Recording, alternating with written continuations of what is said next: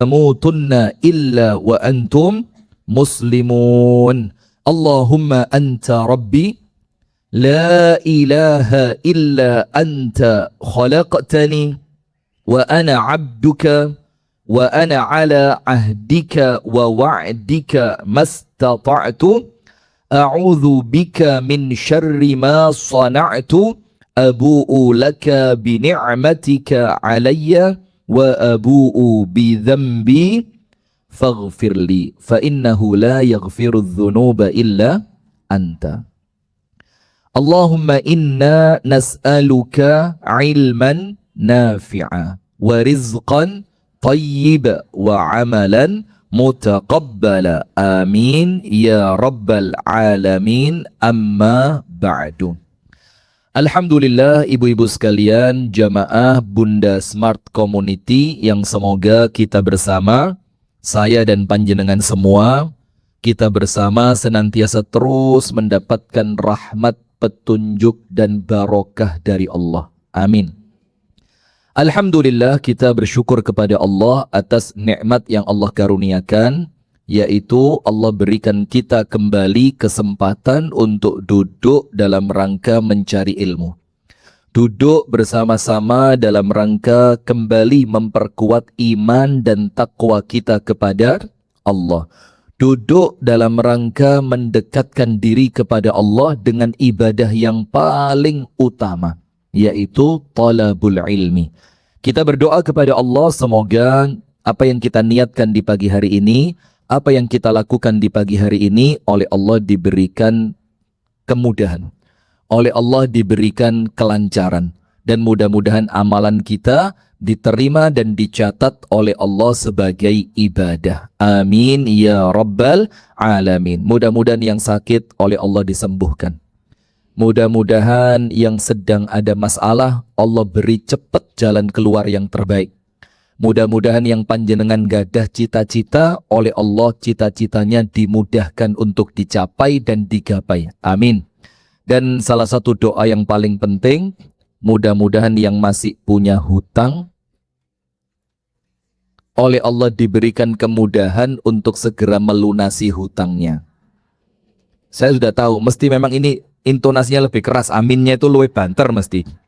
Karena sampai orang di desa sana, Bu, enggak, di kota.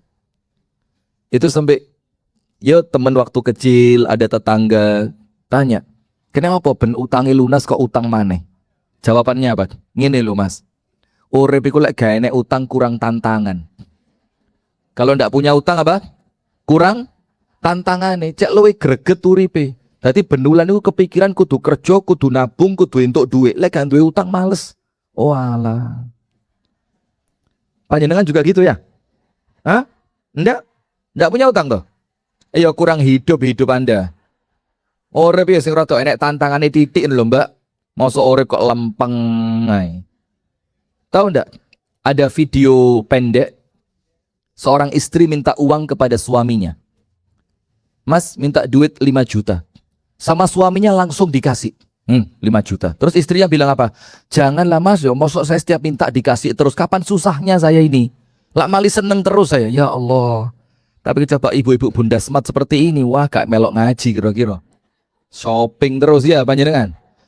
Baik, salawat beriring salam semoga tercurahkan kepada uswah kita, suri tauladan kita, kekasih kita bersama, Nabi besar, Nabi agung, An-Nabi Muhammad sallallahu alaihi wasallam.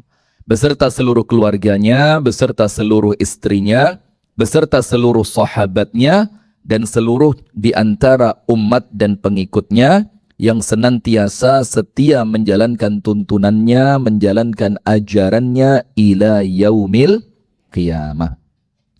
Ibu-ibu sekalian, kita masih pada bab yang berbicara tentang pembantu. Tentang apa? Pembantu. Jadi hadisnya ternyata tidak sedikit. Ini menunjukkan bagaimana agama Islam itu memang memanusiakan manusia. Kalau bahasa Jawanya nguwongke uang. Karena orang seneng diuwongke, diregani. Datang disambut, kalau ndak ada digolei. Itu orang pasti merasa apa? Seneng, dimanusiakan gitu loh. Dan Anda akan mendapatkan perlakuan dari orang lain seperti apa yang Anda lakukan terhadap orang lain. Itu normal. Itu apa? Normal. Jadi ketika Anda baik, orang lain pun akan baik. Ketika Anda kepada orang lain cuek bebek, apa cuek bebek itu? Mecucu. Maka orang lain pun akan bersikap yang sama. Nah, sehingga normalnya di dalam agama Islam ini kita dituntut untuk baik kepada siapapun. Bahkan kepada orang yang menyakiti kita. Mudah-mudahan bisa, nggih? Amin. Bahkan kepada orang yang menyakiti. Misalkan panjenengan pernah dihina, panjenengan pernah dicaci, pernah dimaki, panjenengan pernah difitnah, panjenengan zaman susah dulu mau pinjem duit tidak dikasih malah dihina. Terus macam-macam. Setelah panjenengan berada di atas, orang yang dulu nyakiti hati panjenengan itu diapii, itu ciri panjenengan pancen ngeten. Panjenengan pancen ngeten, berarti panjenengan itu baiknya alami, tabiat asli. Baik termasuk kepada siapa? Pembantu. Ternyata banyak hadisnya tentang pembantu. Tidak boleh membebani di luar batas kemampuan, memberikan bayaran sebelum keringatnya kering. Bahkan kalau diberi tugas yang berat, tuan itu harus apa? Membantu. Kan seperti itu. Bahkan kata Nabi Muhammad, kasih pakaian seperti yang kalian pakai, beri makan seperti yang kalian makan. Kan seperti itu, tidak boleh dipisah-pisah apa segala macam. Nah, kan kemarin ada saya tanya di sini kan, minggu lalu saya tanya, siapa yang pembantunya sudah bareng dia bertahun-tahun? Ternyata ada ya. Mana yang sudah? Loh kan? Sudah ada yang sudah 5 tahun, 15 tahun. Nah, itu menunjukkan apa? Panjenengan insya Allah api. Sampai orang yang tumut kerja bareng panjenengan itu kerasan, betah.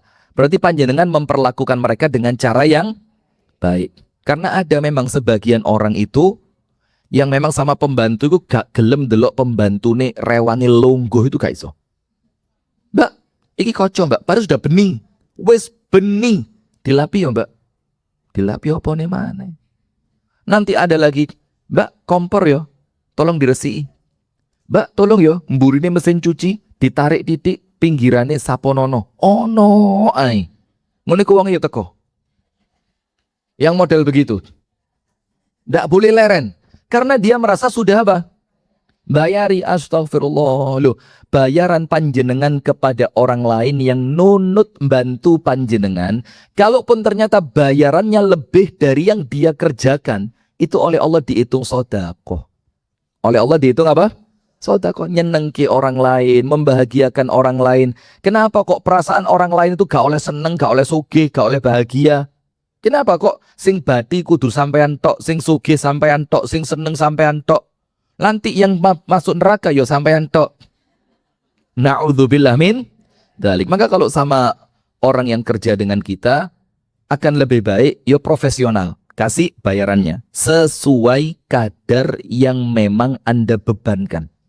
Tapi kalau panjenengan lebih baik lagi, bayarono ojo sebelum keringatnya jatuh bahkan. Nah, bahkan kalau panjenengan lebih baik lagi, bayari temen yang kerja bareng panjenengan, ojo dihitung pekerja, hitungan konco. Hitungan konco, panjenengan ingat dia duwe bojo, dia punya anak, dia juga pengen sesekali ngajak anaknya makan ke restoran, dia juga sesekali pengen ngajak anaknya rekreasi. Lek dibayari ngepres terus, gayu urip tok lu angel. Nggih napa nggih? Nggih tok. Nggih napa nggih? Nggih niku dilakoni napa difahami tok? Allahumma amin. Insyaallah panjenengan oleh Allah diberikan hati yang baik. Amin. Kita lanjutkan sekarang pada halaman yang ke 221 pada bab yang ke 106. Masih berbicara tentang bagaimana adab seorang tuan, bos, atasan kepada siapa? Pembantunya. Walaupun dalam konteks kitab ini konteksnya bukan pembantu tapi budak. Karena memang budak itu orang yang dibeli oleh tuannya. Nah, karena tuannya merasa sudah membeli, maka budak itu menjadi miliknya. Itu maka ada aturan tidak boleh memanggil budak dengan panggilan hambaku. Padahal dalam bahasa Arab budak itu hamba. Tapi ketika memanggil dia, tidak boleh manggil dengan panggilan ya abdi, wahai hambaku. Tidak boleh. Karena kalimat itu hanya diperuntukkan untuk mereka yang mengibadahkan dirinya kepada Allah. Yang berhak memanggil ya ibadi, ya abdi. Yang berhak siapa? Allah. Pinter. An Abi Hurairah. Ustadz siapa dulu ya? Jadi kalau panjenengan pinter tuh saya tidak kaget. Kalau panjenengan ngajinya sama Ustadz Hatta, Ustadz Nawawi, Ustadz Darwis, Ustadz apa lagi? Ustadz Sairoji, Ustadz. Loh itu ya jelas. Tidak usah disebut ya jelas lah itu ya. An Abi Hurairah radhiyallahu taala anhu, anin Nabi sallallahu alaihi wasallam qala, la yaqul ahadukum abdi atau amati. Jangan sampai seorang pun di antara kalian, terutama tuan kepada budaknya, memanggil budaknya itu dengan panggilan abdi atau amati. Abdi, hambaku, laki-laki. Amati, hambaku, perempuan. Karena budak itu kan bisa laki, bisa perempuan. Maka kalau yang laki tidak boleh dipanggil dengan panggilan wahai budak dan hambaku. Kalau yang perempuan tidak boleh dipanggil ya amati. Tidak boleh. Maka panggil yang baik. Namanya, atau Anda punya julukan yang baik untuk dia. Misalkan orangnya sregep, Anda panggil, wong sregep. Misalkan orangnya bersihan, Anda panggil, wong sing resian. Yang supaya orang itu merasa dimuliakan dengan panggilan yang Anda panggil dengannya. Jangan malah diwalik, wong melarat. Wong butuh duit. Saya pernah, bukan saya tapi, dulu ada teman kerja di warung, namanya Matjo. Kalau depannya ada mat-matnya itu biasa orang mana? Rasis Anda. Matjo. Sudah, waktu itu rame warung itu dengan travel-travel dari Malang ke Bojonegoro, Malang Madiun, Malang Jawa Tengah, itu rame. Dan kalau Sabtu Ahad, bahkan mulai Jumat sore itu banyak yang masuk itu mahasiswa dari Malang, mau pulang ke Jombang, mau pulang ke Kediri, mau pulang ke Madiun, Bojonegoro, rame. Nah, Matjo itu waktu itu masih muda sekali, si enom banget. Kenapa? Ke Solo ada. Saya tidak akan terpancing. Saya puasa kok terpancing ya. Wong puasa ngempete kuat.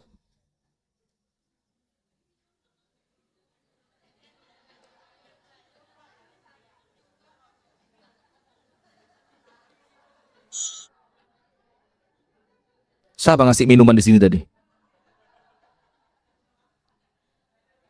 Astaghfirullahaladzim. Ayo lanjut. Bismillah. Maka jangan salah seorang di antara kalian mengatakan, ceritanya lupa.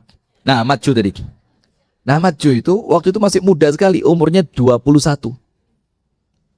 21 ikut umi saya. Dan baik, dianggap sama umi saya kayak anaknya sendiri, sama kakak saya kayak adiknya, sama saya ya kere-keran bareng. Sudah, setiap ada mahasiswa masuk, ya jenenge arek enom ya. Dah, kuliah jurusan apa? Tak delok tuh kok mburi mbek mama. Malah Matjo mah. Sejarno nak saken jane. Sudah. Mbak, rumahnya di mana? Sudah sampai banyak mahasiswa itu akrab dengan dia. Sudah, suatu hari di warung dipasang wifi. Karena kalau mereka datang tidak ada wifi-nya kan koyok ada yang kurang ya. Sementara warung-warung sekarang mesti free. Sini wifi. Apa wifi? Wifi ande so anda. Free wifi. Oke? Coba diulang. Free kayak tok. Wifi ya wifi aja. Sudah. Ketika itu mulai banyak mahasiswa itu tanya, Mas, tanya ke Matjo tadi, passwordnya apa? Anda tahu passwordnya? Fakir kuota inti. Apa passwordnya? Fakir kuota inti. Akhirnya orang yang tanya tersinggung kabeh. Karena setiap tanya dibilang, passwordnya apa mas? Fakir kuota inti. Itu gayanya kayak takon gitu. Fakir kuota inti gitu. Lalu terus, iya ini paketan saya habis. Passwordnya apa? Fakir kuota inti. Ngerti fakir kuota? Melarat kuota sampai aneh gitu loh. Akhirnya ditulis fakir kuota inti. Itu passwordnya. Setelah umi saya tahu, ngamuk-ngamuk. Cuh! Kamu yang bener Majo, kasih yang bagus passwordnya. Amanah 123 kek, amanah istri 2 kek, atau kasih yang bagus. Kok mesti garai wong? Nah, sudah. Astagfirullah, astagfirullah, astagfirullah. Sudah, maka kalau ngasih panggilan itu yang baik. Jangan sampai salah seorang di antara kalian, seorang tuan memanggil budaknya dengan panggilan apa? Wahai hambaku. Kenapa tidak boleh memanggil seperti itu? Karena kullukum abidullah. Karena semua di antara kalian, entah yang tuan ataupun yang budak, entah bos ataupun karyawan, semuanya adalah hambanya Allah. Wa kullu nisaikum ima'ullah. Dan semua perempuan, mau yang nyonya, mau yang pembantu, mau yang tuan putri, mau yang pembantu, semuanya adalah hamba Allah perempuan. Hamba perempuannya Allah. Waliyakul gulami. Maka Rasulullah ngasih solusi. Maka kalau mau panggil, panggil apa? Gulami. Wahai gulam. Gulam itu apa? Anakku. Anak lanangku. Tapi gulam itu panggilan sayang kepada pembantu gulam. Sama kami punya dosen dulu waktu di Libya. Itu kalau manggil mahasiswanya, ya bunaya, anakku. Dan memang betul orangnya sopan banget. Jadi mahasiswa itu senang sama dia. Karena kalau manggil itu, ya bunai. Bahkan ketika kami terlambat, beliau paling anti dengan orang terlambat. Itu ketika mahasiswa masuk, tok, tok, tok. Masuk, assalamualaikum, waalaikumsalam, diusir. Tapi ngusirnya pun sopan. Lau samaht, antakhruja ya bunai. Kalau kamu berkenan, keluar saja wahai anakku. Ngusir tapi sopan. Sampai subhanallah panjenengan tahu, di pelajaran beliau ini, tidak satu pun mahasiswa berani terlambat. Karena bukan karena takut, tapi karena apa? Segan. Menghormati karena orangnya begitu baik. Nah maka jadilah orang yaitu diapii wong bukan karena orang takut. Tapi karena dihormati dan disegani. Jadi sih ngergani sama orang. Waliyakul gulami jariyati fatai fatati. Maka panggilan dengan panggilan apa? Gulami, jariyati, amati, fataya, fatati. Dengan panggilan-panggilan seperti orang yang lebih tua memanggil adik-adiknya.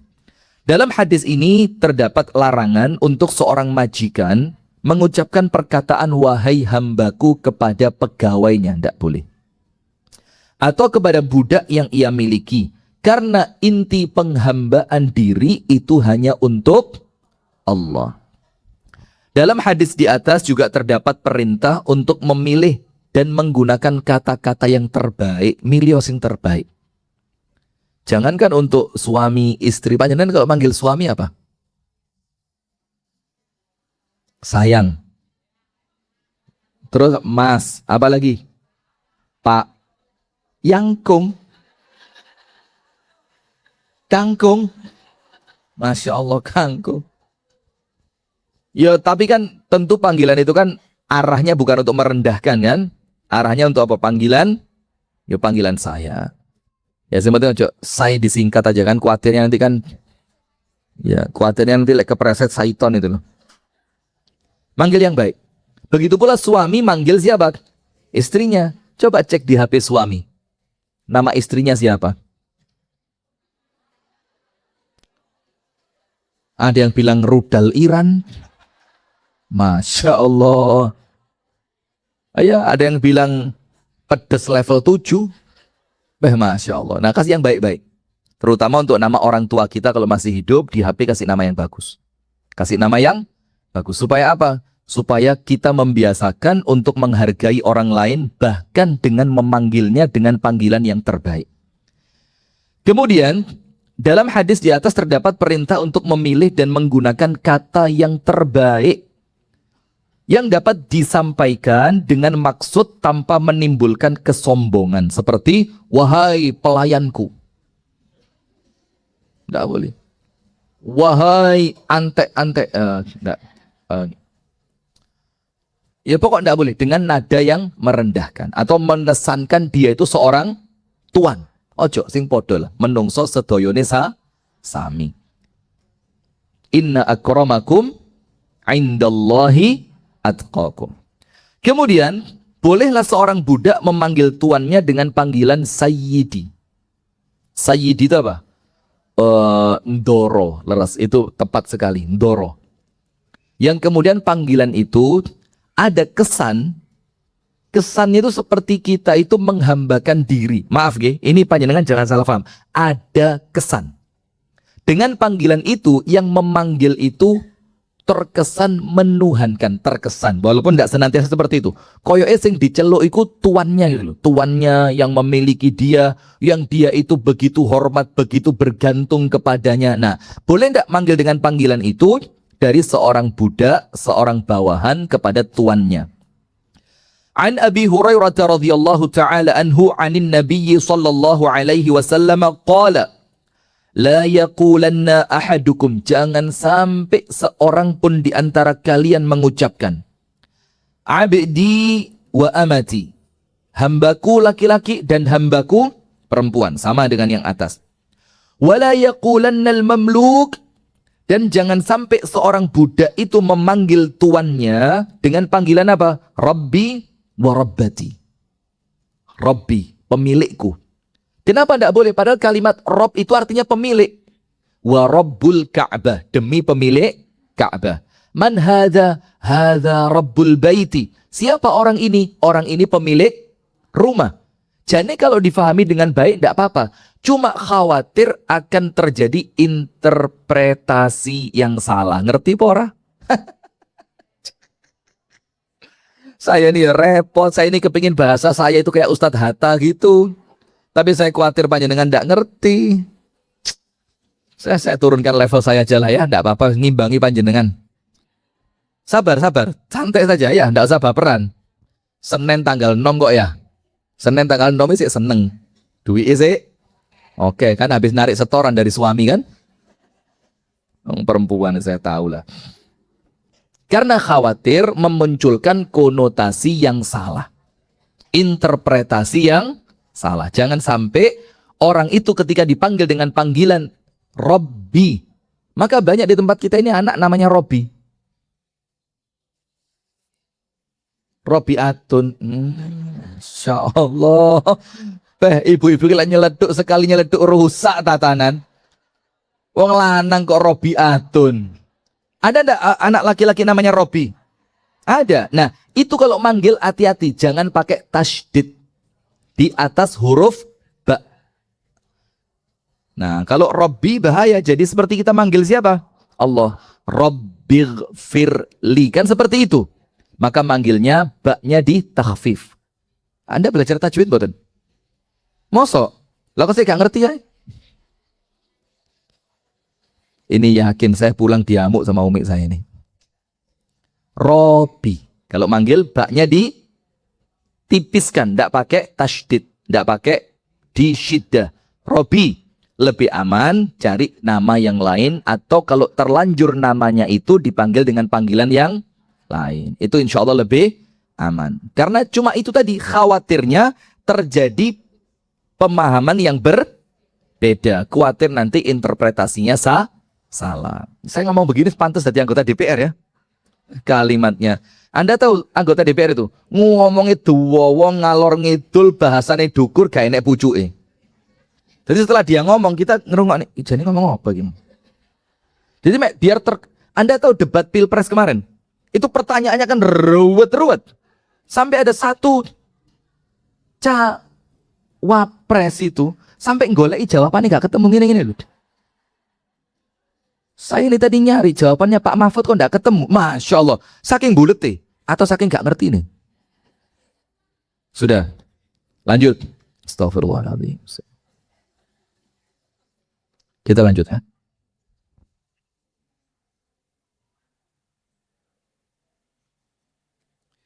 Maka khawatir terjadi salah faham.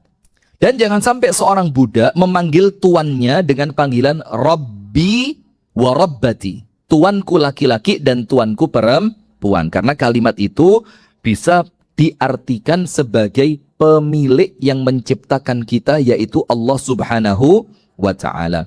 Waliyaqul, dan hendaknya dia mengucapkan fataya, fatati, arek lanangku, anak wedokku. Panggilan begitu. Atau Kalau manggil tuan, panggillah sayyidi wa sayyidati. Tuanku dan tuan perempuanku. Kullukum mamlukun. Karena setiap dari kalian itu pada hakikatnya seorang budak. Budaknya siapa kita ini? Allah.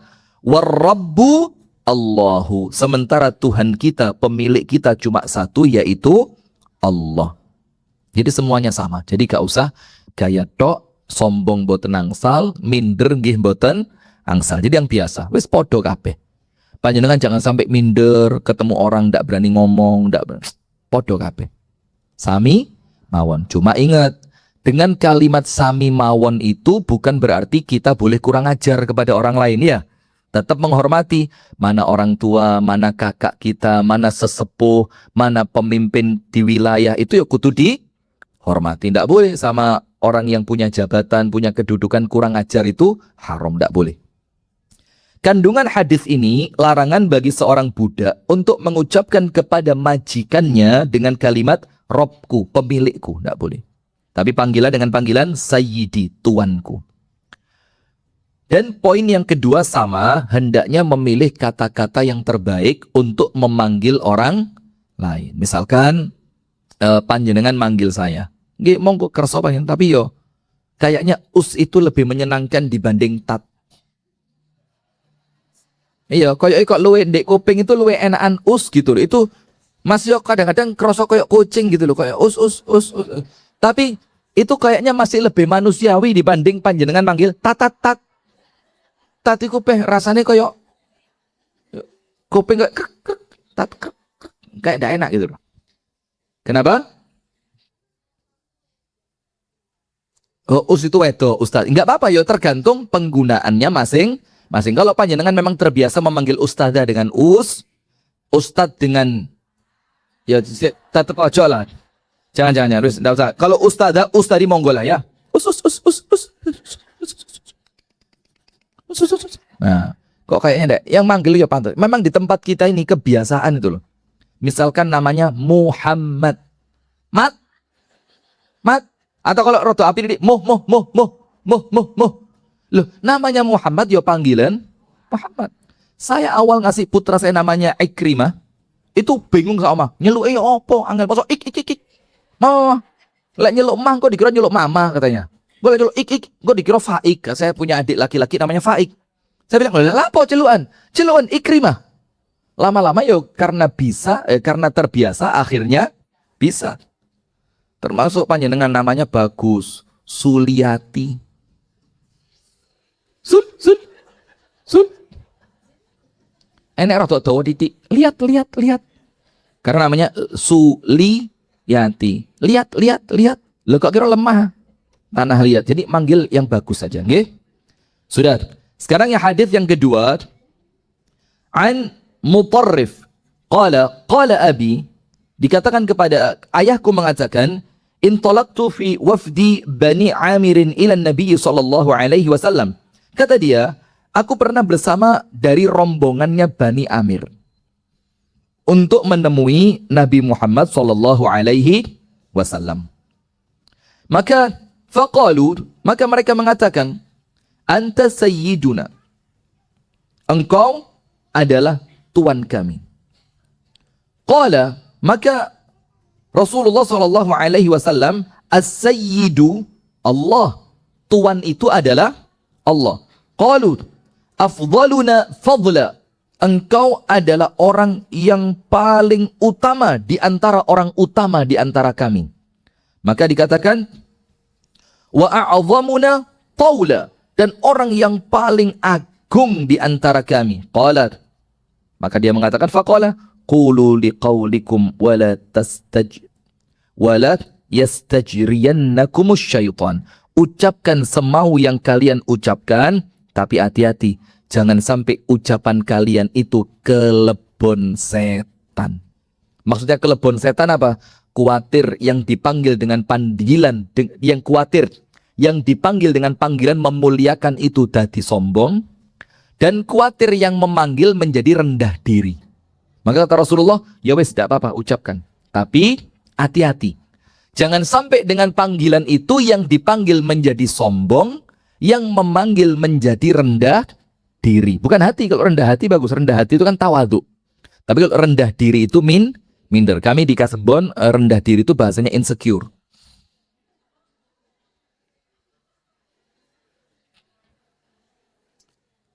Lanjut. Anda kalau tidak terima saya laporkan loh. Sarah loh ini. Ini nyangkut nama daerah loh ini. Kandungan hadis ini, Nabi Muhammad melarang para sahabat, wabil khusus dari utusan tadi, rombongannya Bani Amir, dilarang untuk mengucapkan anta sayyiduna. Jangan. Padahal dalam hadis yang lain, Nabi Muhammad itu mengatakan ana sayyidu waladi Adam. Saya ini penghulunya anak turunnya Nabi Adam. Artinya penghulu itu apa? Pemimpinnya. Tapi dalam konteks panggilan, orang yang memanggil kepada orang yang dipanggil, jangan. Luwe api dihindari. Kenapa? Ya tadi, khawatir yang dipanggil menjadi jumawa, sombong, dan yang memanggil nanti khawatir menjadi rendah diri. Dalam hadis di atas terdapat larangan berlebihan dalam memuji dan berkata-kata. Jangan. Maka pernah ada satu muhadharah. Muhadharah itu seminar. Yang diisi oleh Asy-Syaikh Muhammad Ibnu Shalih Al-Utsaimin rahimahullah. Maka moderatornya, betul ya moderatornya, MC-nya lah, katakan MC-nya, itu membacakan biografinya Syekh Utsaimin. Dibacakan. Dibilang Ra'sul ilmi tajul ulama, macam-macam. Induknya ilmu, pemimpinnya para ulama, mahkotanya Saudi Arabia. Wush, didukur-dukur nih. Kata Syekh Utsaimin, Kif, cukup. Aja dilanjut. No. Kenapa? Karena semua dari omonganmu ini, kalau tidak diucapkan di tempat dan pada waktu yang benar, khawatir akan memunculkan fitnah. Khawatir memunculkan fitnah. Maka jangan berlebihan. Biasa saja lah. Oh alhamdulillah di siang hari ini kita kedatangan da'i nasional pret. Apa sih da'i nasional itu apa? Kalau sekedar ceramah keluar kota, keluar pulau diceluk da'i nasional. Walah. Jadi syaratnya da'i nasional itu harus ceramah keluar kota, provinsi, pulau. Memalukan. Saya kok rotok gila gitu dengan panggilan dai viral, dai nasional, dai 1 juta follower, dai mak-mak TikTok. Rotok serius jujur demi Allah ini. Rotok kayak apa sih iki? Kok kayak kesannya leveling dai. Apa-apaan podo kabeh. Ndak ada yang beda. Bahkan terkadang yang ketoke terkenal malah gak sepiro pinter. Mek pinter ngomong, pinter guyon, lek ngomong dirungokne krasa penak. Paling yo mek ikut tok. Secara ilmu kadang-kadang jauh di bawah dai-dai yang dianggap lokal, tapi betul-betul ngajine itu utun. Ngerti utun? Utun istiqomah, perlahan, tenang, telaten ya. Jadi kadang-kadang justru dai-dai yang di kampung-kampung itu yang jauh lebih istiqomah, lebih tawadhu, ilmune luwe jangkep. Wallahu a'lam. Sudah, sekarang kita masuk pada bab yang berikutnya, bab 108. Dengerin, wong lanang. Saya wong lanang nih. Untuk apa? Untuk mengerti bahwasannya setiap laki-laki, terutama setelah dia menjadi suami, lebih utama lagi setelah dia menjadi seorang ayah, itu harus sadar dia adalah pemimpin. Jangan mau disetir mereka ini. Hei para suami, hai para suami, jangan hidup di bawah ketiak mereka ini. Nopo wong lanang kok iki? Apa? Yang hidup? Oh yo, itu kan istilah. Tapi ketika istri bilang, Pak, ndi mulai sap 86 sap. Mulai telat titik sing wedok takon. Takon ndi, Pak? Siap salah. Oh, urip kok soro era, Mas. Wong wedok lu akeh. Loh, saya tunggu dulu, betul enggak wong wedok akeh? Lah ya sudah, ndak. Anda ini mengingkari fakta. Survei membuktikan bahwa memang perempuan itu jumlahnya lebih. Loh, saya enggak ngomong yang mau jadi istri dia kan enggak ngomong. Ya saya cuma ngomong uang wedok ngono. Ya selesai. Anda kok baperan sih? Padahal sih tanggal 6 loh Jan. Jadi para suami mana? Kamera mana? Mas Arif, kamera zoom yang mana Mas Arif? Zoom. Suaranya ikut ngebas. Wahai para suami, Anda harus memiliki ketahanan mental yang luar biasa. Tunjukkan sikap dewasa kepemimpinan Anda di hadapan para suami.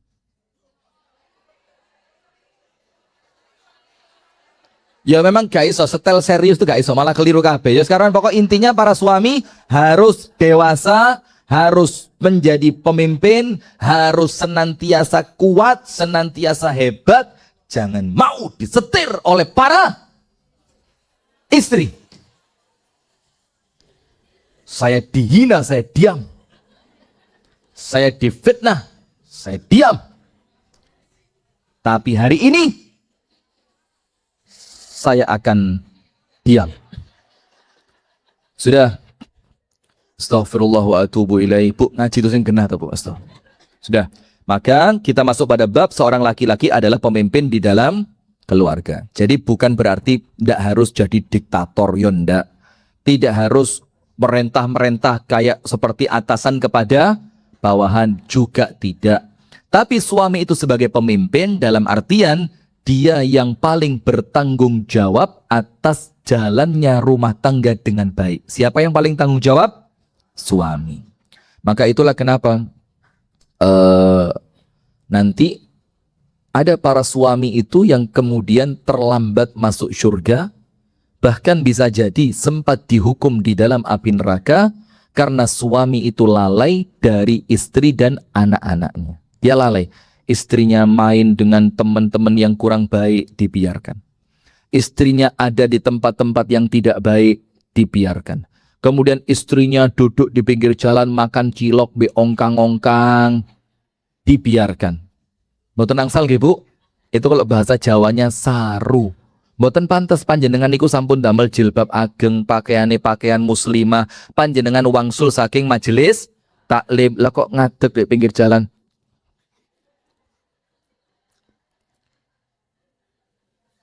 Ya Allah, itu jadi sikapnya juga ditoto, dijaga ya. Jangan sampai nanti orang lihat, lo mulai ngaji jilbabe gede, umur wis gak enom maneh, kok sik panggah koyo arek cilik, gak pantas. Bahkan yang tak cerita no nanti khawatir viral, tak cerita no mali gak viral. Nggak begini Bu. Sekarang itu banyak kafe-kafenya anak muda. Are-are SMA, are-are awal-awal kuliahan, ternyata di kafe itu dipenuhi ibu-ibu. Dan ada videonya, panjenengan cari. Sampai sama pengunjung kafe yang lain itu di video. Waduh nih, rombongan emak-emak pengajian udah dateng nih. Bakal heboh deh. Gak bisa tenang lagi nih kafe. Panjenengan gak malu digituin sama are-are muda itu. Di video are enom, gara-gara panjenengan ketika masuk kafe, kamera sesuaikan. Lo langsung.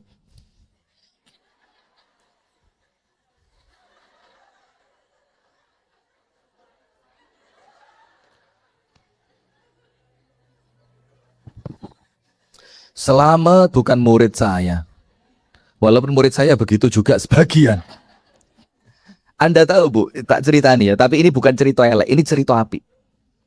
Cerita api, tapi saya rotok gimana gitu loh. Saya sama Abu Shanum ini, sama Mas Dian, sama Pak Anto. Mau ke Jogja. Berhenti di salah satu pom bensin. Saya duduk di depan, karena saya mau ngasihkan uangnya bensin itu, saya buka jendelanya, tek, saya buka. Tiba-tiba di pom bensin yang sebelah satunya kan, ini tengah ini kan tempat ngecom bensin. Mobil kami di sebelah sini, mobil beliau di sebelah sini. Sudah. Ketika saya buka jendela itu, saya, Mas ini uangnya gitu. Tiba-tiba ada ibu-ibu di sebelah sana, langsung HP-nya dipasang, ting. Saya sekeroso, tek, aduh. Jendelaku tak tutup dikira sombong. Tak jak ngomong dikira narsis. Bingung saya, dilematis. Saya sempat berpikir sampai 2 tahun atau 3 tahun itu untuk menentukan sikap itu. Sudah. Akhirnya spontan saya ajak bicara, Bu, bagaimana kabarnya? Ayo Ustaz. Sewenang dia. Saya ya Allah, mosok koyok ngene nyeneng nih wong gak mlebu surga ya Allah, Masya Allah. Sudah. Seneng ibu itu, alhamdulillah saya ikut seneng. Jadi dia videokan itu di sebelah badan suaminya. Jadi yang itu kan suaminya gitu gini. Dia bilang, Ustadz, saya sering ngirim video Ustadz ke suami saya biar semakin baik Ustadz. Anda tahu orangnya? Sing wedok gak jilbaban, enek tindiin di irung atau di sini, saya lupa. Si suami itu pakai kaos singlet begitu, kemudian di tangannya kelihatan ada tatonya. Terus saya mikir, ya Allah jamaahku kayak gini, ya Allah, alhamdulillah. Alhamdulillah. Mudah-mudahan beliau-beliau itu dengan mendengarkan ceramah kita, itu apapun keadaannya beliau semakin baik. Siapapun orangnya, dimanapun orangnya, dengan gaya seperti apapun, sing penting sik gelem ngaji, insya Allah sik api. Maka saya ngerasa sendiri, ya Allah, mudah-mudahan yang seperti ini, ya Allah, semakin hari semakin baik. Dengan dia mendengarkan ceramah dalam kondisi yang mungkin saat ini dipandang orang lain kurang api, kurang pantes, kurang pas, tapi tetap kita yakin, insya Allah lek gelem ngaji panggah api. Saya mikir, Masya Allah, kayak gini lo ngaji. Lo mau sing wis jilbaban kok sik melaku-melaku di canda birawa, campur wong wedok nggih celana legging, campur bapak-bapak nggih celana ndek jogging. Lah kok sing melok ibu-ibu pengajian, Jo.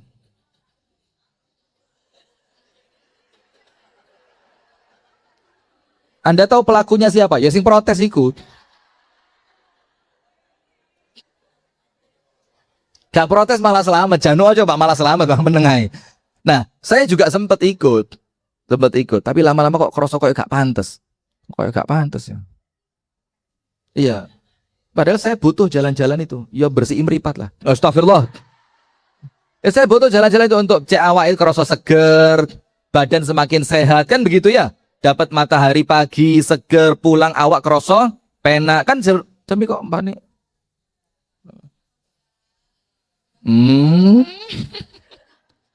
Nah, tapi lama-lama kok kerasa koyo gak pantas yo. Campur banyak orang dalam keadaan di tempat itu orangnya yo macem-macem. Bahkan yang laki-laki pun saya sendiri ngelihat itu koyo gak pantas. Pakai celana lari itu pendek. Lah nggih, mustalah. Protes ayo. Masuk Islam Protestan. Nah, bahkan yang laki-laki pun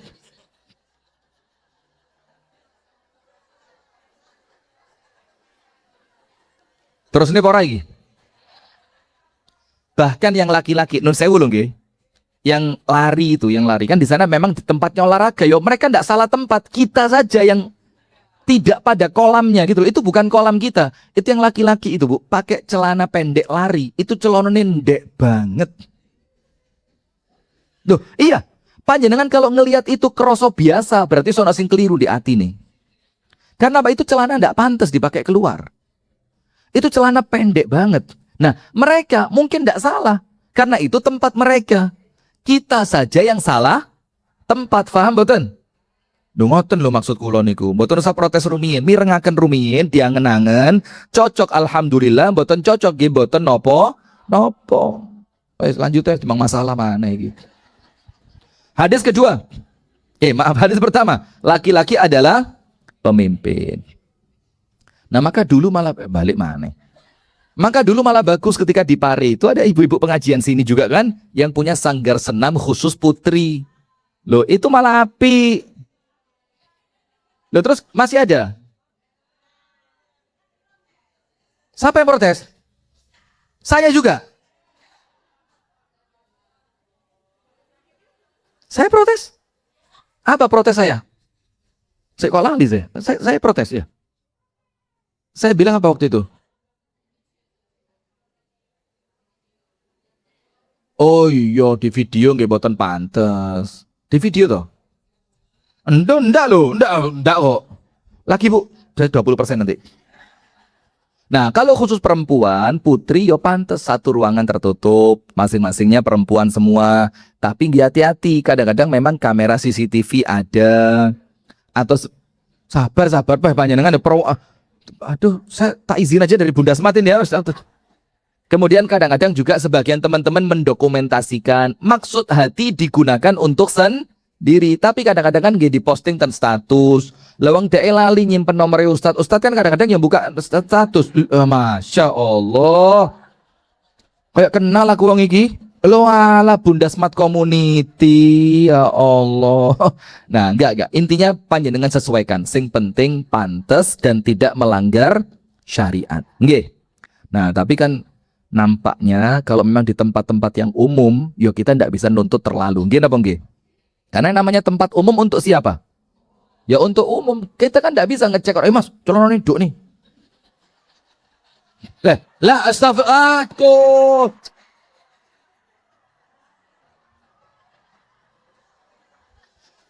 Max, enggak, serius ini astagfirullah. Nanti ini live loh, ini Bu keliru kapet. Gini loh maksudnya, diduknya itu dipanjangkan. Jangan terlalu leduknya masa dilorot ini apa Anda? Astagfirullah. Aduh. Saya ini serius Bu, hari ini saya antusias banget mau ngaji gara-gara saya sudah kangen lama ndak kerjain ibu-ibu. Lah kok malah saya keliru terus di noiki. Astagfirullah. Sudah, astagfirullah. Laki-laki adalah pemimpin. Wes. Nah, maka yang segitu bagus Bu dibuka lagi ya. Tapi ditoto, dikasih peraturan, dilarang buka kamera, dilarang misalkan memasukkan laki-laki. Bahkan instrukturnya pun nggih wong wedok tenanan, jangan wedok daden-daden. Loh iya. Loh karena wedok daden-daden itu aslinya laki atau perempuan? Ya laki. Nah gitu 20%. Nanti saya iklankan. Ada tempat untuk muslimah. Tempat untuk Anda senam, menjaga kebugaran, agar fisik semakin sehat, melayani suami semakin baik, di rumah Anda dengan sehatnya, tidak gampang sakit. Sanggar senam, apa namanya? Belum teken kontrak kok ya, nanti dulu. Sudah, laki-laki adalah pemimpin. Ani bin Umar qala Nabi sallallahu alaihi wasallam, dari Abdullah ibnu Umar dia mengatakan Rasulullah Muhammad sallallahu alaihi wasallam bersabda, kullukum ra'in, setiap kita adalah pemimpin. Pemimpin untuk diri sendiri, pemimpin untuk orang-orang yang berada di bawah kita. Kita adalah pemimpin. Tapi kalimat ini masih belum terlalu spesifik. Jadi lebih mandesnya kalimat berikutnya. Wa kullukum mas'ulun. Mas'ul itu apa sih? Ditanya. Dan setiap yang pemimpin tadi itu oleh Allah pasti ditanya. Ditanya tentang apa? An ra'iyatihi, tentang kepemimpinannya. Misalkan seorang suami pemimpin untuk istri dan anaknya, maka pasti tidak mungkin tidak dia akan ditanya oleh Allah tentang gerak-gerik istrinya dan tindak tanduk anak-anaknya. Pasti suami apa? Ditanya. Maka tidak boleh acuh, ditoto istri itu. Istriku, silakan datang ke pengajian. Tapi kalau datang pengajian sing pantes, pakaiane pantes, dandanane yo sing pantes, nanti lek ketemu konco ngomongnya yo sing pantes, nanti pulang ngaji yo jangan jalan-jalan dulu, apalagi di pinggir jalan masuk. Nah, itu ditoto istrinya. Tujuannya apa? Untuk minimal, paling elek minimal menggugurkan kewajiban. Minimal apa? Menggugurkan kewajiban. Dados panjenengan kalau ditoto sama suami, Bu, jangan protes dulu. Ombo kak ngei dewek ngatur-ngatur ae. Aku iki Mas, mulai rabi mbek sampean Mas. Mas-masan ibuku, omah bapakku. Mangane arek-arek sedina-dina tokok tokoku. Lah kok sampai sik ngatur? Loh Ustaz kok tahu? Anda jangan curiga sama saya, enggak ada yang curhat, tenang aja. Lah kok saiki sampean gak lapo-lapo, moro-moro ngatur-ngatur aku. Wah, kalau sampai ada suami yang dibegitukan, lah kok sik bertahan, ini antara sabar atau bodoh ini, asli. Yes, bukan beda tipis lagi. Ya wis medeni ini ya. Na'udzubillah. Jangan begitu Bu nggih. Eman-eman surga panjenengan. Karena apa? Ada perempuan nyakiti tetangga, sekedar ngelarani tonggo, salate muspro, posone muspro, mlebu neraka. Padahal nyakitin siapa? Tetangga. Apalagi kalau yang disakiti oleh perempuan itu siapa? Suaminya. Paham boten? Maka nggih dimpet, Bu. Kadang-kadang memang suami itu ya memang ya rotok greget nih kadang-kadang. Kadang-kadang memang rotok makan hati ya. Wis dijar-jar nih lah kok tambah nemen. Kadang-kadang cuma yo panjenengan ngerti eman-eman lek tak lawan kuatir surgoku ilang. Paham boten? Sudah. Kullukum ra'in. Setiap kalian adalah pemimpin. Karena pemimpin maka pasti dimintai pertanggungjawaban. Fal amiru ra'in wa huwa mas'ulun. Maka seorang pemimpin negara, dialah pemimpin. Wa huwa mas'ulun, dan dia akan ditanya. Sampai Amirul Mukminin Umar radhiyallahu taala anhu itu di awal-awal kepemimpinannya Umar itu mengatakan apa, Bu? Wallahi innallaha la yas'alu Umaran fi jamalin saqata fi tariqil Yamani. Kata Umar, demi Allah, aku ini yakin betul, katanya Umar. Kalau ada satu unta, bukan manusia loh ini, apa? Unta yang terpeleset di negeri Yaman, padahal Umar di mana?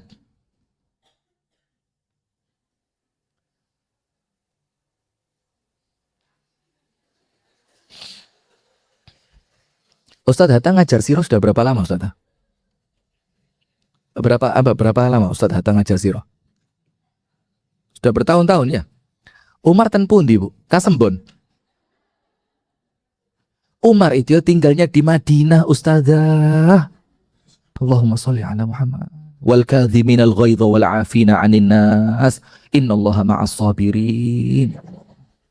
Umar itu tinggalnya di kota Madinah. Sementara unta yang terpeleset di mana? Yaman, jaraknya ribuan kilo. Umar mengatakan kalaupun ada unta terpeleset di negeri Yaman dikarenakan jalannya rusak, demi Allah, aku yakin Allah pasti menanyaiku tentang itu. Sekarang yang jatuh gara-gara jalan berlubang bukan untoy, manusia. Terus ya apa kalau ndak ada ikhtiar untuk memperbaiki, bahkan tidak terfikirkan bahwa itu akan dimintai pertanggungjawaban. Yang dengan itu panjenengan semuanya tahu kan ceritanya, ada ibu-ibu anaknya nangis karena kelaparan, sama ibunya dihibur dengan memasak di sebuah tungku yang isinya adalah batu. Sama Umar ditanya, ma balus sibyani yabkun, kene opo arek cilik-cilik iki nangis? Ibunya bilang, Allahu baini wa baina Umar. Allah yang akan menjadi penengah antara aku dengan Umar nanti. Ibu itu kan belum tahu kalau yang tanya itu adalah Umar. Panjenengan tahu semua kan ceritanya. Sampai akhirnya Umar nangis keweden karena Umar membiarkan rakyatnya kelaparan. Ya Allah, coba Bu. Maka sekarang ketika ada kejadian kereta api nabrak makan korban, itu saya nangis baca beritanya, Bu. Karena sebagian dari korban perempuan itu, Bu, di tasnya ada apa? Susu buat anaknya yang diperes ketika dia kerja nanti bakal dimasukin freezer. Ya Allah, itu ndak mungkin. Itu menterinya, direkturnya, komisarisnya KAI tidak mungkin tidak ditanya oleh Allah. Pasti ditanya. Apalagi sampai memakan korban. Itu loh, maka jadi pemimpin itu, Bu, surung-surungan bukan rebutan. Kenapa? Karena tanggung jawabnya berat. Lah sekarang Anda tahu jajaran KAI itu siapa? Anda cek aja di Google sekarang. Jajaran komisaris KAI akan keluar nama-namanya itu. Dan sekarang zaman keterbukaan, Anda ada yang tertutup. Ya Allah, mudah-mudahan sama Allah semuanya dilindungi. Amin. Dan semuanya oleh Allah diberikan keselamatan. Amin. Dan semuanya oleh Allah diberikan kelancaran masuk surga kelak di akhirat. Amin. Ya Rabbal Alamin. Sampai akhirnya Abu Ubaidah itu masuk ke Baitul Mal, ngambil gandum, ngambil makanan, ngambil tepung. Kata Umar apa? Biar aku yang ngangkat. Kata Abu Ubaidah, ndak, jangan Umar. Aku saja ndak pantas dilihat orang. Mosok seorang Amirul Mukminin, seorang pemimpin lah kok angkat-angkat gandum. Apa katanya Umar? Kamu mau ngangkat dosaku nanti di hari kiamat? Kata Abu Ubaidah, tidak mau. Ya sudah, biarkan aku yang angkat. Sampai di tempat dimasakkan sendiri sama Umar. Apa kata Umar? Tadi aku ngelihat anak-anak itu menangis karena lapar. Aku tidak akan pergi sampai aku ngelihat anak-anak itu tertawa karena kenyang. Itu loh, pemimpin. Kita doakan Pak Prabowo seperti itu. Amin ya Rabbal Alamin. Serius ini. Anda kok aminnya rotok mesem-mesem ya apa? Astagfirullah, tidak boleh. Warrajulu ra'in ala ahlihi wa huwa mas'ulun. Dan seorang suami pemimpin untuk keluarganya dan dia pasti ditanya. Artinya ditanya apa? Dimintai pertanggung jawaban. Maka panjenengan Bu tulungono suami panjenengan. Ojo ngeboti pertanggung jawab. Kok boti mana? Astagfirullah. Kenapa kok lagi musim banget sekarang ya? Wes cari bahasa yang lain. Jangan memberatkan suami Anda di dalam pertanggungjawabannya kelak pada hari kiamat. Karena kalau panjenengan karena kalau panjenengan memberatkan suami, kesian suami panjenengan wis awake kuru, awake entek, meripati wis mulai mendelep, menjerut, wajahnya mulai pucet, jantungnya kadang-kadang wis mulai ndredeke kenemenen, lah kok ditambahi diabetik. Diberatkan lagi dengan tanggung jawab di hari kiamat ketika panjenengan keluar ndak pakai jilbab, panjenengan di pinggir jalan selfie, megang fotonya siapa sambil joget-joget. Ya Allah, kesian suami panjenengan sakni. Gitu apa nggih? Nah, karena apa? Karena suami adalah penanggung jawab kebaikan rumah tangga. Istrinya dijogo, anak-anaknya juga dijaga. Jadi, kasihani kami wahai para istri. Kami itu berat tugas kau kerja. Nah, maka ada istilah yang paling ramai itu ya. Wong lanang iki ngesakne. Cilik diamuk bapak ibu sekolah diamuk gurune, kerja diamuk bose, mulai nang omah. Ya Allah, masa para suami tidak masuk surga ya Allah. Hidup terzolimi terus mulai cilik. Jadi ndak enak nemen dadi wong lanang iku Bu. Sik penakan dadi wong sawang. Wal mar'atu ra'iyatun 'ala baiti zawjiha wa hiya mas'ulatun. Dan seorang istri dia pemimpin di rumah suaminya. Maksudnya di sini jangan salah paham. Jangan kalau di rumah istri itu pemimpin. Itu loh dalile Mas.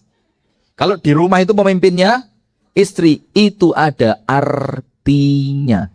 Ketika suami sedang tidak ada di rumah, dia menjadi penanggung jawab tentang masakan keuangan rumah tangga.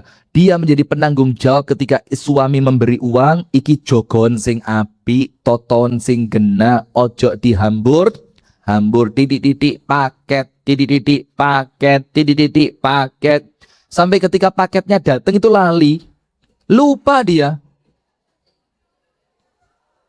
Iki apa yo? Sing pesen sopo iki? Ini barangnya apa ini Mas? Lo sing pesen kono sing ditakoni kurire. Akhirnya ngecek aplikasi. Iya. Astagfirullah. Pernah enggak Anda lupa isi paket Anda? Tanggung jawab. Ditanya sama Allah nanti di hari kiamat. Hati-hati.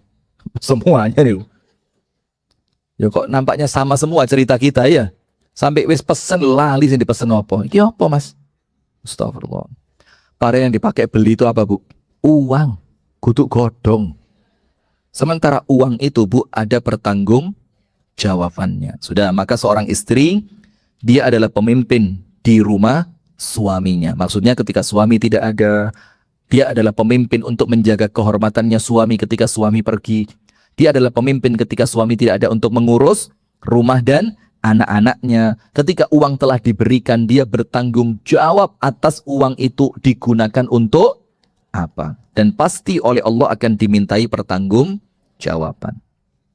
Ala wa kullukum ra'in wa kullukum mas'ulun an ra'iyatihi. Sama Rasulullah diulang untuk yang kedua kalinya. Ingatlah bahwa setiap orang adalah pemimpin dan pasti akan dimintai pertanggungjawaban atas kepemimpinannya. Hadis yang kedua, an Abi Sulaiman Malik ibn al-Huwairith qala atayna an-nabiy sallallahu alaihi wasallam wa nahnu syababatun mutaqaribun. Jadi kami itu, kata Malik bin Huwairith, kami pernah menemui Nabi. Waktu itu kami sedang anak-anak muda-muda yang usia kami sebaya. Jadi arek-arek enom sak pantaran datang kepada siapa? Nabi Muhammad. Fa'aqamna indahu 20 lailatan, dan kami itu tinggal bersama Nabi, tidak pernah meninggalkan Nabi selama 20 malam. 20 hari lah, 20 malam. Fadhanna an nashtahayna ahlina. Maka kemudian subhanallah, maka Rasulullah itu mengira kami itu sedang kangen kepada keluarga kami setelah kami meninggalkan mereka selama 20 hari tadi untuk belajar bersama Kanjeng Nabi Muhammad. Fasa'alna an man tarakna fi ahlina. Fasa'alana amman tarakna fi ahlina. Maka Rasulullah tanya kepada kami tentang keluarga yang kami tinggalkan. Lihat ini, Bu. Perhatiannya Nabi. Jadi ketika ada orang kintil sama Nabi, Nabi Muhammad ndak acuh, wis ora apa-apa melok aku, ewang ngono aku, kancanono aku, ndak. Tapi Nabi Muhammad tanya, "Ya apa bojomu? Ya apa istrimu yang kamu tinggal? Bagaimana anak-anakmu? Pekerjaanmu seperti apa?" Itu lo tanggung jawab. Jadi gak enak-enakan tok dieloki wong, ditanya, "Istrimu ya apa? Anakmu seperti apa? Kemudian pekerjaanmu siapa yang menghandle?" Ngerti apa orang menghandle? Siapa yang megang? Siapa sing ngelakoni kerjaanmu? Nah, gitu ditanya sama Rasulullah. Fa akhbarnahu wa kana rafiqan rahima. Maka kami jawab pertanyaannya Nabi, istri kami, anak-anak kami, rumah kami, dan dijawab, dikatakan oleh siapa ini? Oleh Malik bin al-Huwairith. Dia bilang apa? Dan kami dapati Rasul itu orangnya santun banget, orangnya lembut banget, orangnya pengertian banget. Sampai Rasulullah ketika ngelihat kami mulai kangen keluarga, sama Rasul ditanya tentang keluarga kami. Faqala, maka Rasulullah bilang apa? Irji'u wes muliyai. Merinding saya. Kata Rasul disuruh apa? Disuruh pulang, wes kalian pulang aja lah ya. Karena ketika cerita tentang istrinya, cerita tentang anaknya, mereka itu kelihatan apa? Antusias sekali, ketoke mereka sedang kangen. Maka sama Rasulullah dibilang apa? Pulang aja lah kalian. Irji'u ila ahlikum, kepada keluarga kalian. Fa'allimuhum wa muruhum. Maka apa yang kalian pelajari dari saya 20 hari ini, ajarkan kepada mereka. Perintahkan mereka atas apa yang telah kalian ketahui, yang telah saya ajarkan. Kongkonan mereka. Wa sallu kama ra'aitumuni usalli. Dan kalau kalian sudah pulang, sholatlah kalian seperti kalian melihat saya sholat. Corone, bacaannya, waktunya. Pelajari. Lalu perkerjakan sholat itu seperti kalian melihat saya salat. Fa idza hadaratis shalah falyu'adzin lakum ahadukum. Maka apabila sudah datang dan masuk waktu salat, hendaknya salah seorang dari kalian mengumandangkan azan. Wal ya'ummakum akbarukum, dan jadilah imamnya orang yang paling tua. Kenapa yang paling tua? Karena secara agama, secara hafalan Quran semuanya sama. Maka itulah Islam, Bu, ngejokne, mendahulukan, memuliakan yang lebih tua. Nah, dari hadis ini kita tahu, ternyata Rasulullah itu mengajarkan bahwa mereka para suami yang sedang datang itu adalah pemimpin, bukan sekedar dengan teori kalian adalah pemimpin, tapi apa? Praktek sama Nabi disuruh pulang, wes, pulanglah kalian. Karena sudah lama kalian ikut saya. Maka nanti sampai rumah, ajari mereka, perintahkan mereka, sholatlah kalian di tempat kalian sebagaimana kamu melihat kami sholat. Itu menunjukkan Nabi Muhammad faham banget bahwasannya seorang suami, seorang laki-laki tidak boleh ninggal keluarganya terlalu lama, kecuali dengan kesepakatan yang tidak memunculkan mudarat. Misalkan, memang suaminya kerjanya di laut, nggih. Cumi-cumi, hiu. Dia kerjanya di laut, mungkin dia pelaut, dia kerja di kilang pengeboran minyak segala macam yang memang secara apa yang telah diketahui mereka itu biasanya apa? Ada yang 3 bulan di laut, sebulan di darat. Ada yang 3 minggu di laut, seminggu di darat. Yang itu apa bervariasi ya, enggak sama. Ada yang suaminya pelaut, non sewu. Berapa laut, berapa darat? 2 bulan selama 2 bulan di rumah cuma seminggu. Nah itu maka seminggu itu panjenengan jangan keluar rumah. Wes sing fokus untuk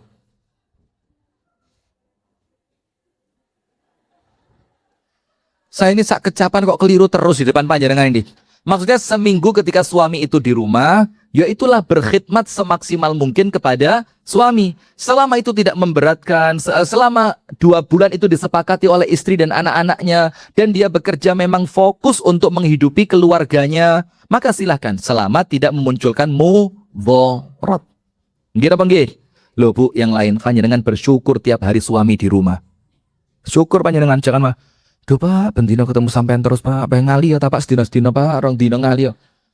Coba bersyukur panjenengan yang suaminya tiap hari di rumah. Nah sekarang kandungan hadis ini, 2 hadis yang kita baca, kandungannya ada 4. Yang pertama, penghormatan Nabi terhadap perasaan dan keinginan para pemuda. Ketika Rasulullah lihat mereka sudah mulai kangen dengan rumahnya.